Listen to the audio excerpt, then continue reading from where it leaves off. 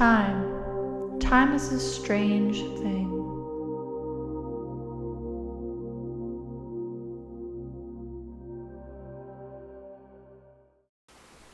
When we're young, time is irrelevant to us. We use our imagination to pass the time. As we grow older, we lose our imagination and gain control of our time.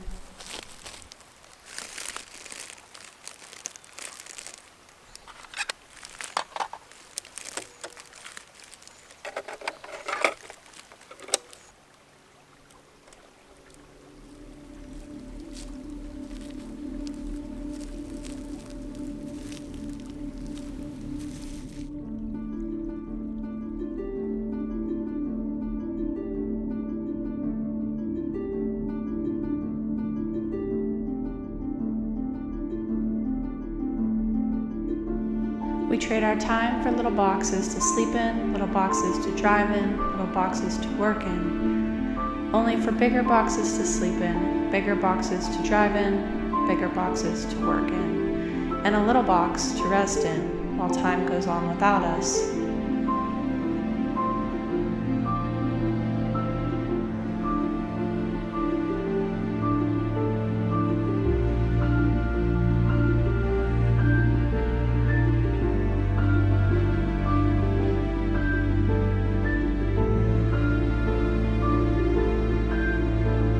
Every second of time that goes by is another second of life that has gone past.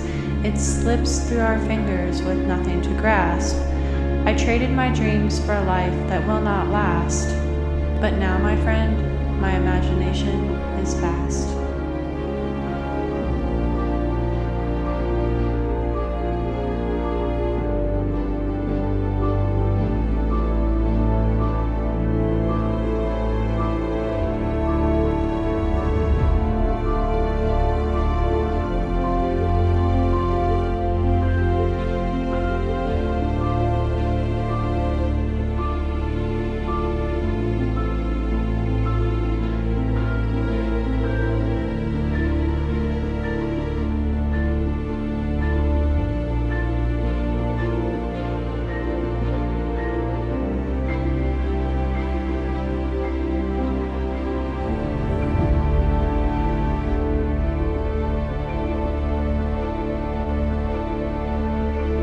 When my clock finally stops, scatter me into the sea.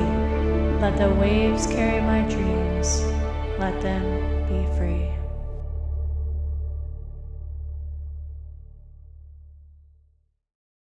I hope you enjoyed my short story. I would love to hear your interpretation of it below. I get a lot of questions about what I use to film my videos, so today I want to go through a list of the equipment that I use and how I go about shooting a lot of the shots in my videos.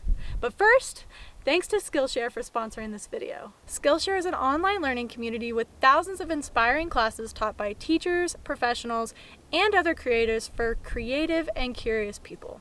You can develop new skills, develop existing interests, and get lost in creativity. I really enjoyed creating, filming, and editing videos, but there's a lot that goes into making it an engaging and entertaining video. I've still got so much to learn, but Skillshare offers so many courses that can help me in areas I struggle with or with new techniques I see and want to replicate. I just finished a course called DIY Cinematography, Make Your Video Look Like a Movie by Ryan Booth. Ryan is known for his work on the movie The Revenant. This course walks you through his creative process and how light is crucial to shaping the feeling of a film. His techniques help make something so simple look beautiful and intentional. By shooting and shaping natural light, you can make a video look just like a movie. Classes are structured so that you can move through them at your own pace. There's no set schedule or timeline that you have to follow. And there's not just classes on filmmaking. There's classes on business, finance, self-improvement, web development, freelancing, and so much more. The first 1,000 people to use the link in my description will get a free trial of Skillshare Premium membership. And after that, it's only around $10 a month. So, if you're ready to start learning that skill you've always wanted to learn, here's your chance. Click my link below, sign up, and get started today. Welcome inside. I decided to come in here because the wind was getting a little out of control and I was tired of talking over the wind. I get a lot of questions on the equipment that I use to film my videos, so I'm going to go through a quick list of what I use. Don't be overwhelmed. I have slowly been trading in and upgrading equipment over the last 2 years. If you're trying to shoot videos or adventure videos, really all you need to start with is a phone. The camera quality on those are really good today, and a microphone. They're both crucial. But once you have those, it's best to just start. And it's really important that you're just having fun. The more you film and try to film stories, takes practice and work. You shouldn't go out and buy all this equipment before you've done any filming at all. And that's why I say, just use your cell phone to start. And maybe you don't have a nice cell phone or you don't want to use your cell phone. And in that case, I would recommend trying just a GoPro. It's extremely versatile, it's affordable, and it has really good quality video. You can use it as a selfie stick. Some of the new ones have screens on the front. They have incredible image stabilization. So if you're on a bike, on a kayak, on a mini bike, you're always going to want to use a GoPro over a really nice high quality camera, because the quality that comes out of this for action shots is what you want. I don't use my really nice camera for action shots. There's just too much vibration. There's so much going on. The image stabilization in the GoPro, it's built for that. It's also cool because the GoPro comes off of these handles. They're very movable, versatile, like I said. They attach to almost anything. Handlebars, helmets, poles, you name it, it'll stick to it. So you can get different point of views on your adventure with no problems. The next thing I use is a tripod. It's a travel tripod, which means it's very lightweight and compact, and it packs away really small, which is ideal if you're going and hiking out to the middle of nowhere, if you're on a mini bike and you want it to be nice and light. The downfall, though, is that it is not very sturdy in windy conditions. So sometimes it ruins the shot and you see the camera wobble a little bit. It's probably due to this lightweight and the wind. So when you're first starting, it's probably best if you use a heavier duty or tripod. And then as you progress in your camera skills, you can move to a lightweight tripod. The only thing is you don't want the tripod to be too heavy, because you want to make sure that you can pack it away, stick it in your backpack, and hike 3 miles. That's the only thing to consider. The next camera I use is an Insta360, and this is more of a novelty camera. This is an Insta360 1X2, and I use these for my 360 degree videos. The quality is not top notch, but it is really cool because it literally films 360 degrees. There's a camera on either side of the camera, and there's a lens on either side of the camera, and then it stitches together to make 360 degrees on the computer. It's really fun and it's great for really beautiful locations, but it's not something that I would use every single day for my day-to-day shots. Okay, now on to the camera that I use 90% of the time. And this is where the magic happens. Yes, it looks pretty large, but this is the most compact size for the type of camera and shooting that I like to get. The most movie quality that I'm able to attain. And this is the Canon EOS R6. And if you've been watching my videos for a long time, many of those were filmed with the Canon EOS R, which is very similar, except this version is much better in low light conditions. I recently upgraded to this. One reason being I didn't have insurance on the Canon EOS R, and I kept breaking it. It's fallen into the lake multiple times. I've broken the screen off when I'm gold panning and gold detecting, and I was like, I just can't afford to keep fixing this camera. So I needed something that did better in low light conditions anyways, so I decided to go ahead and upgrade to the EOS R6. So this is a full frame camera body, and this lens detaches from the camera body. But it's a full frame camera, which means the sensor is much larger than other types of cameras. This allows much more light to come in. It allows much more variation in depth of field. It allows me to get that nice fuzzy background with the subject nice and sharp. I've always gravitated towards Canon over Sony. They have amazing color science and they have great autofocus. So it's really helpful when you're filming yourself that the camera picks up on you and I don't have to be behind it to pick up my eyes and my face. On this camera body is a 15-35 f2.8 lens, and it's a zoom lens which allows me to move in between 15 millimeters, which is great for large wide open shots, and all the way up to 35, which is good for close-up in focus shots. If I have a beautiful hot spring oasis landscape, I use the 15 millimeters. But if I want to bring it in nice and tight, I use the 35. And if I want something here in the middle, it's nice, I can adjust it. Because in comparison, there's a lot of prime lenses, which means they are not adjustable. They're not zoom lenses. You're stuck at one focal length. f2.8 allows me to film in really low level lights and get a nice, soft, blurry background, which they call bokeh, but still keep the subject in focus. But it doesn't mean that I always have to shoot at f2.8, and I don't always have to have a blurry background. I can crank it all the way up to f8 and get a really sharp image. There's so many different adjustments you can mess with to get the shot that you're looking for.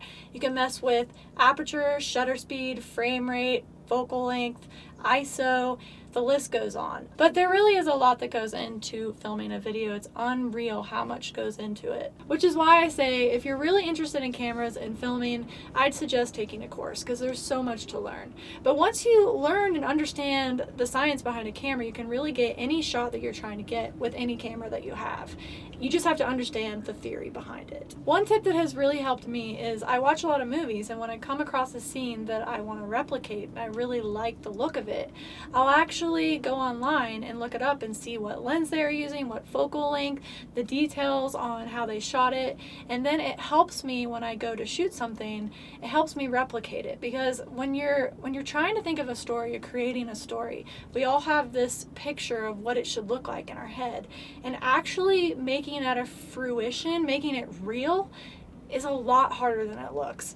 So sometimes when you see those shots and those scenes that you really like, instead of just starting from scratch and learning everything, you can go online and kind of cheat and see what they did and then start from there when you're creating that scene. And remember, don't get discouraged.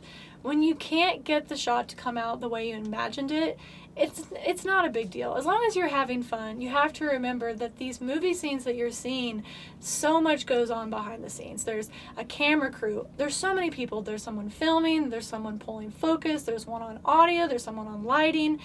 You're just one person. Even if somebody else is helping you, it's just you. Just have fun. Do your thing. The more you do, the more practice you get, the better you achieve. And that's how you learn anything. You can't just become an expert overnight. It doesn't work like that.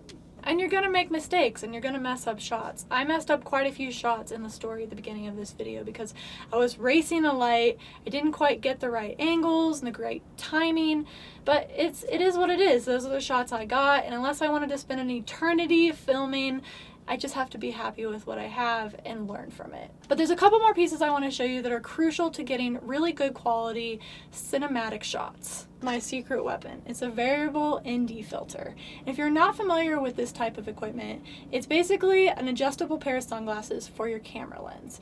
It adjusts how much light is let into your camera. So it prevents an image from being overexposed. And without these, I wouldn't have half the shots that I have, because a lot of the times the shot that I want is super overexposed. There's lots of sunshine. So then I just put these right on the end of my camera, and you can turn them to adjust how much light you want to let in. And the last piece of equipment is new, and it's a gimbal.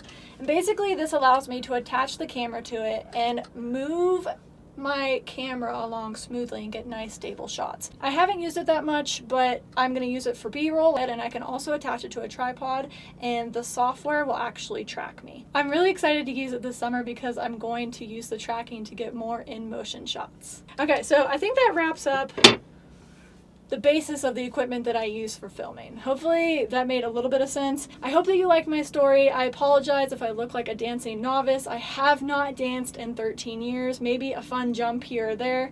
I haven't taken a formal class in so long. It's still such a passion to me, and I love being able to tell a story alongside it. So I hope that you enjoyed it and that the quality was good enough. Because I was a little disappointed with some of the shots, but you know what? It's a learning process. It's no big deal. And I think that wraps it up. I'm going to put some links to some Skillshare courses in the description on filming and videography, and I'll also try to put some links to some of this equipment that I use. If you have any questions, feel free to let me know, and thank you so much for watching.